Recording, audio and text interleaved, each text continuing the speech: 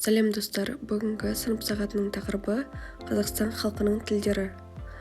Алдымен сабақ жоспарына шолу жасайық. Бүгінгі сабақтың нәтижесінде оқушылар мемлекеттік тіліміз, ана тіліміз болған қазақ тілін дамытуды, күнделікті өмірде қолданудың маңыздылығын түсінеді. Еліміздегі өзге ұлт өкілдеріне олардың тілі, дәстүрі, мәдениетіне құрметпен қарауды түсінеді. Ата-бабамыздан қалған, мұраға қалған тілімізді аманат ретінде қастерлеп, дамытып, оның таралуына ықпал етуді түсінетін болады.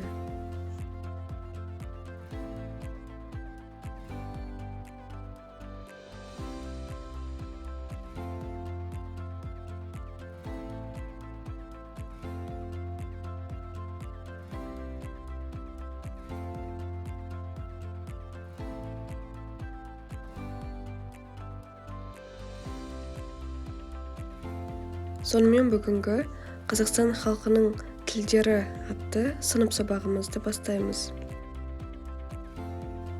Дүние жүзінде өте көп тіл бар. Ғалымдардың айтуынша әлемде 7 миллиард халық бар. 6796, яғни 7000-ға жуық тіл бар деп айтады. Егер бұлардың диалектілерін қосатын болсақ, жалпы 20 мыңнан аса тіл бар деп айтуға болады.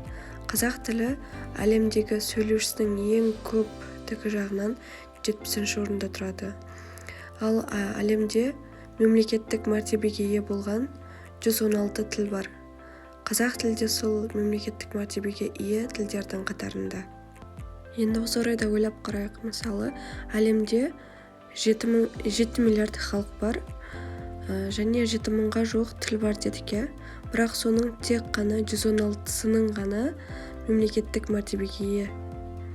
Сонда қаншама тіл өзінің мемлекеттік мәртебесі жоқ, және кейбір елдер өткенде сабақта айтқандағыдай тіпті тәуелсіздігі жоқ елдер де бар, басқа бір елге бағынышты. Жалпы бұл бөлімді айтудан мақсат әлем картасында еліміз жердің кеңдігі бойынша 9-шы орында, ешқандай елге тәуелді емес, тәуелсіз ел, еркін ел, және өзінің тілі бар, ана тілі бар. Соны балаларға түсіндіріп, оны қастерлеуге, аманат ретінде қарауға шақыру. Бізге тарихтан мәлім, қазақ тілі түркітектес тіл. Түркі тілдерінің тарихи жазба мұралары жалпы көне түрік дәуірі, орта түрік дәуірі, жаңа түрік дәуірі деп 3 кезеңге бөлінген. Ол дәуірге тән тарихи жазба мұраларды төмендегі берілген бойынша оқушыларға айтып беруіңізге болады. Енді қазақ жазуының тарихына үңілсек, ең әуелі 6-8 ғасырда руна жазуы қолданылған. Одан кейін 9-15 ғасыр аралығында ұйғыр жазуы қолданылған. Олар бізге соғдылар арқылы жеткен деген тарихи мәлімет бар. Келесі 9-20 ғасырға дейін араб жазуы қолданылған. Келесі ескі қазақ жазуы. Бұл жерде мысал ретінде суретте Айқап журналының бетін қалдырдым. 1924-29 жылдары Ахмет Байтұрсыновтың реформасы бойынша төте жазу қолданыста болды. 29-40 жылдар аралығында латын жазуы қолданысқа енді. 40 жылдан кейін қазіргі қолданыстағы жазуымыз кириллица қолдануға енгізілді. Жалпы бұл жазулар мысалы 24, 29, 29, 40, 40-тан әрі қарай неге аз уақыттың ішінде өзгеріп жатыр деген сұрақ сізді мазаласа, бұларға әрқайсына жекелей тоқтағыңыз келсе, әлеуметтік желіде мәліметтер өте көп.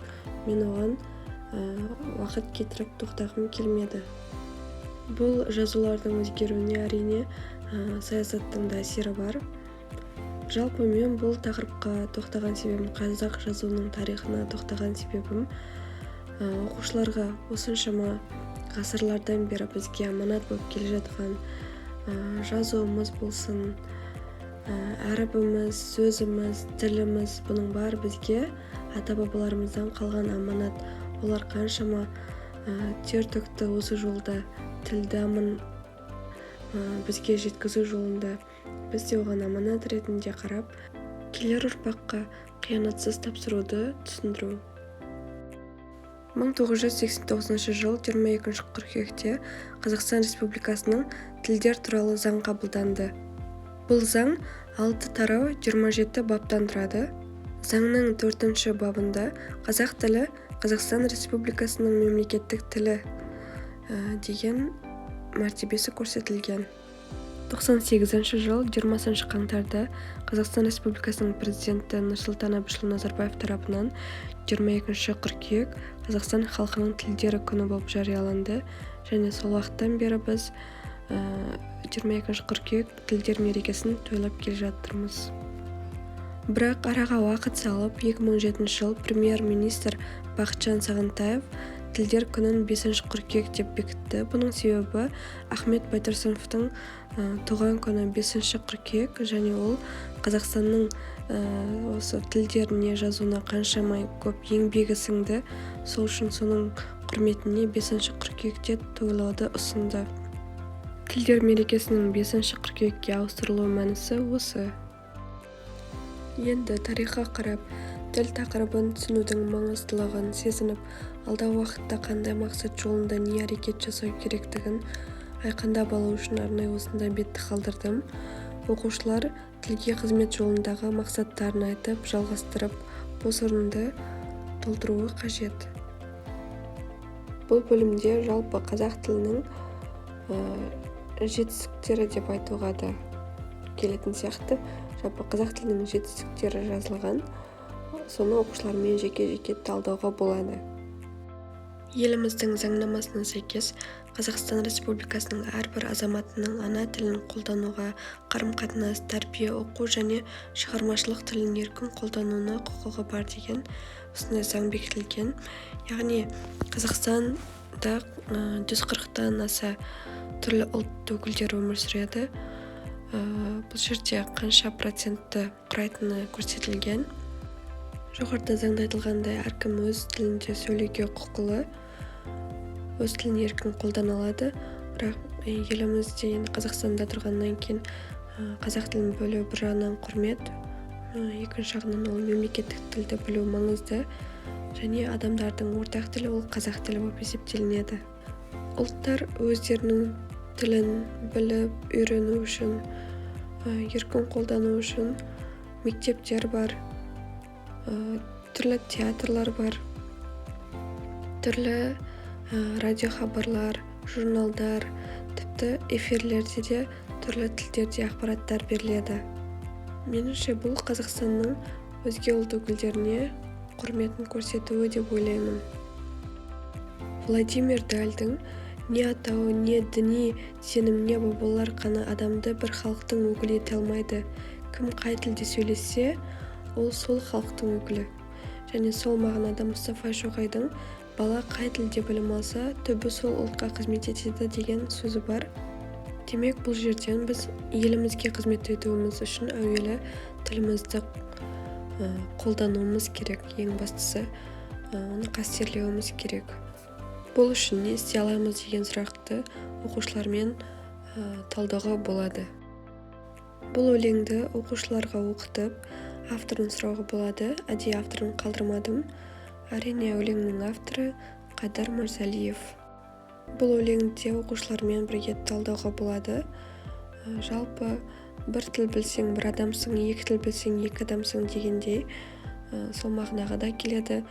Барлық тілдерді үйренуге болады, бірақ ең әуелі өз тіліңді құрметтеп, одан ұялмай, оны қолданып, насихаттау маңызды деп қорытындылауға болады. Алдыңғы сабақтарда хикаялар, әңгімелер қалдыратын едім. Осы жолы тілге қатысты сабақ болғандықтан қазақ зиялыларының сөздерін қалдыруды жөн көрдім. Бұл жерде Ахмет Байтұрсыновтың кеңесі оқушылармен оқып, талдап, пікір қалыптастыруға болады. Бұл жерде тілге қатысты видео бар, қаласаңыз жібере аламын. Енді сабақтары қарай ойынмен жалғастырамыз. Көріп тұрғандарыңыздай бұл жерде түрлі елдердің тулары берілген. Туға қарап елді табу, оның астанасын атау және мемлекеттік тілін айту. Қаласаңыз, бос орындарды оқушылармен жазып толтыруға болады. Келесі полиглот ойыны. Оқушылар қаласа командаға бөлініп, қаласа жекелейде ойнауға болады. Жазылған сөздердің ағылшынша және орысша аудармасын айтуы қажет. Мысалы, кітап, книга, бук деген сияқты ары қарай жалғастыруы қажет. Егер сіз кахутты құрастыра алсаңыз, қолдан алсаңыз, осы жерде кахут ойнатуға болады оқушыларға. Меніңше оқушыларға кахут ойнау өте қызықты. Кахутқа осы сұрақтарды жазуға болады, немесе осы жай ғана оқушылармен сұрақ-жауап түрінде өткізуге де болады. Таңдау еркі өзіңізде. Келесі тіл тақырыбына байланысты әр оқушы қорытынды ой айтуға болады бір сөзден. Мысалы, тіл қарым-қатынас құралы. Тіл, мысалы, ата-бабаның мұрасы. Тіл ол ана тіліміз. Тіл ол мемлекеттік тіліміз, қазақ тілі. Тіл байлығымыз. Тіл ол намысымыз деген сияқты жазып, бос орындарды толтыруға болады.